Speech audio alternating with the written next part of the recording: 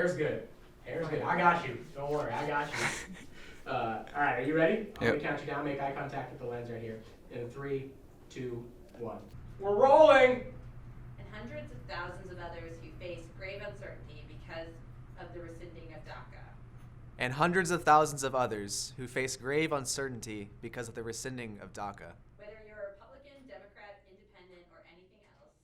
Whether you're a Republican, Democrat.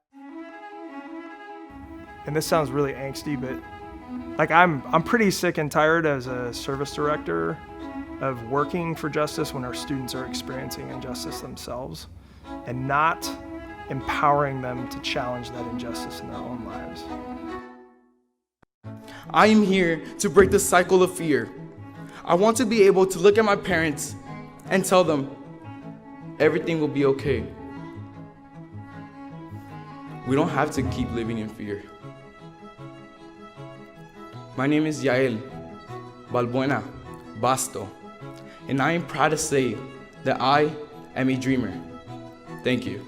After tonight, when anyone asks any of you if you know someone who will be personally affected by the decisions made by the US regarding DACA or DREAM Act, you tell them that you know teens like Nelson, Yael, and I that could make a whole lot more of a positive impact in this nation if we were just given permission.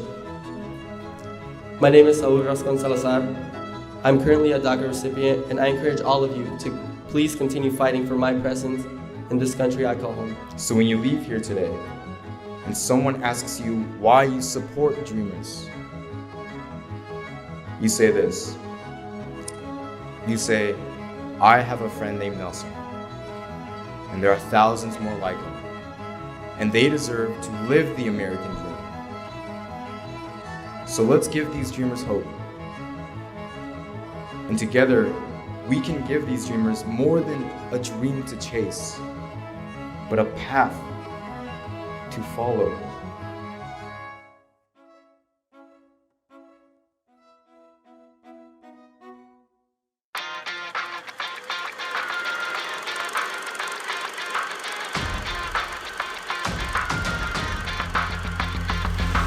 I support dreamers.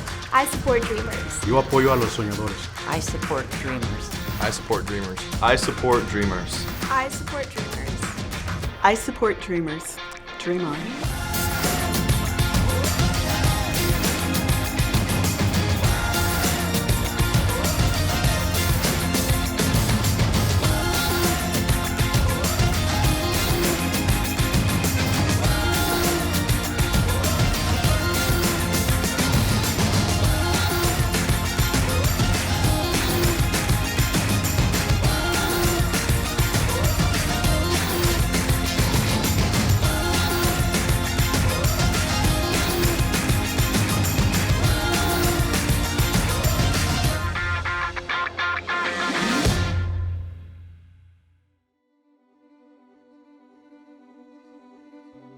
We've all heard discernment of spirits.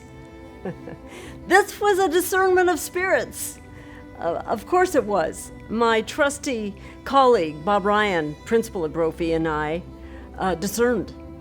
And we just kept coming back to the same thing. This is who we are. This is what we do. This is our mission. And it's standing right in front of us. So get your Kevlar vest and let's go. So I think it's about personal connection. I think obviously like we can't take on every social justice issue in every community all the time. It's just not sustainable, it's not real. But what we can do is we can take on the ones that really resonate with us and that really deeply impact us on a personal level. I think what was more powerful in this whole DreamOn campaign, especially lifting it up at the beginning, was the storytelling and the way that it was my junior year and I had already built strong relationships with my friends for the past 2 years plus, and they knew who I was and everything. And now that on this evening specifically, I decided to tell everybody that I was a DACA recipient and tell everybody about my struggles away from the classroom and away from my regular daily schedule. There were stories to tell, and it became personal for not only for members of Advocacy Club, but for people who were then drawn into Advocacy Club in later months. in our first like iteration of the advocacy club, we failed miserably because Beth and I were like, we want to do ethical apparel on campus, and we're going to like get the whole campus to do eco-justice and, you know, embrace this kind of ethical garments. Well, the reality was is like students didn't feel the reality of that. They didn't understand it. They didn't have a connection with it, and it fell flat on its face. It was really impactful to see all the teachers that were there, some of the teachers that like I had in like my classes, some of the students that I didn't even talk to at the time. It was really interesting to see the diversity of people that were there. There was a lot of people who I knew were gonna be there, who like wanted to support me, but I also saw a lot of students there that like I didn't think supported me, that I didn't think were there. And I think those students came in there as a way to like put up a fight or like try to challenge us or like try to see like what was going on. And I feel like they came out with a different perspective. I feel like they came out with this new sense of like, hey, like this is just another student, like this is just another kid who like was raised down the street from me. It's not someone who I see as an enemy, but as someone who I can like see as a friend maybe. As we built more support and drew in more members, we gained more stories to tell. We gained more grassroots support that allowed for us to really show admin that we have people on our side, we have support on our side, and eventually it turned into what it is today.